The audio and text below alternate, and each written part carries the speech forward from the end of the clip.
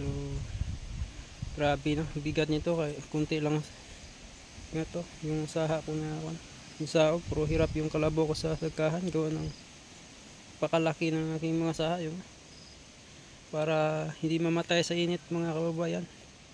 Kaya malalaki yung mga pangkuha ko na mga sa saging. So latundan po yung lahat. So dagdag ko lang dito mga kababayan sa aking tanim, no? Dito sa gilid yun, dito sa gilid ito yun yung butas yun sa tanim ko yung dati. So maganda na lang to mga kababayan sa kung ano pang intercrop sa mga area na hindi na pwede taniman ng gulay, kasi ito ang area mga kababayan ay gilid ng aking gulayan, no? Yun ang aking gulayan, no? Yun yung aking kamatis at saka talong. So saka sili dun sa taas. So dito nagilid na yun.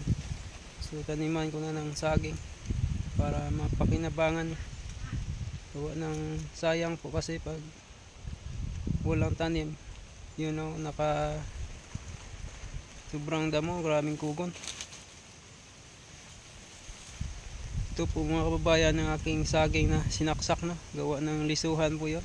Pangit naman yung hindi ko na pinatay ko na dahil yun po ay maliso. So pinalitan ko ng latunda na gaya nito. Ito yung tanim ko dati mga kababayan. So sobrang taba siya. So dito kasi daanan kasi ito ng tubig dito sa gitna nito, gawa ng kuan lukyahog to, daanan ng tubig galing sa taas. So taniman ko ng saging lahat to, gawa ng hindi naman tumataniman ng gulay, gawa ng daanan ng tubig. At saka dito sa kabila mabangin, no? Yun, so mabangin ay dati po ay kuan ito kalabasa yung natanim ko dito mga kababayan, kaya lang na sobrang tagal ano, grabe ng damo, sukal. So taba na ng kugon. So sayang mga kabayan pag niyaan natin yung area bakante. So mapakinabangan pa yan pag saging yung tiyanim natin, gawa ng maganda naman yung saging dito. So napataba na.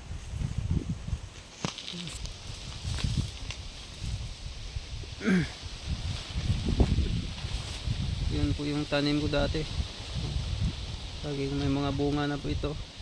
So nasisira lang po ito nung bagyo, kaya napakatagal naka-recover mga kababayan. Malakas na bagyong Christine. So ang daming nasira dito, nabali.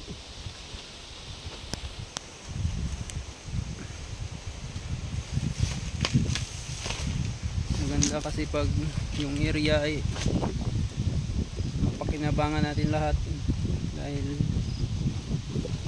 matirahan naman to yung saging kasi mahal yung saging dito sa amin. So dito yon ay gilid ng aking talungan ako.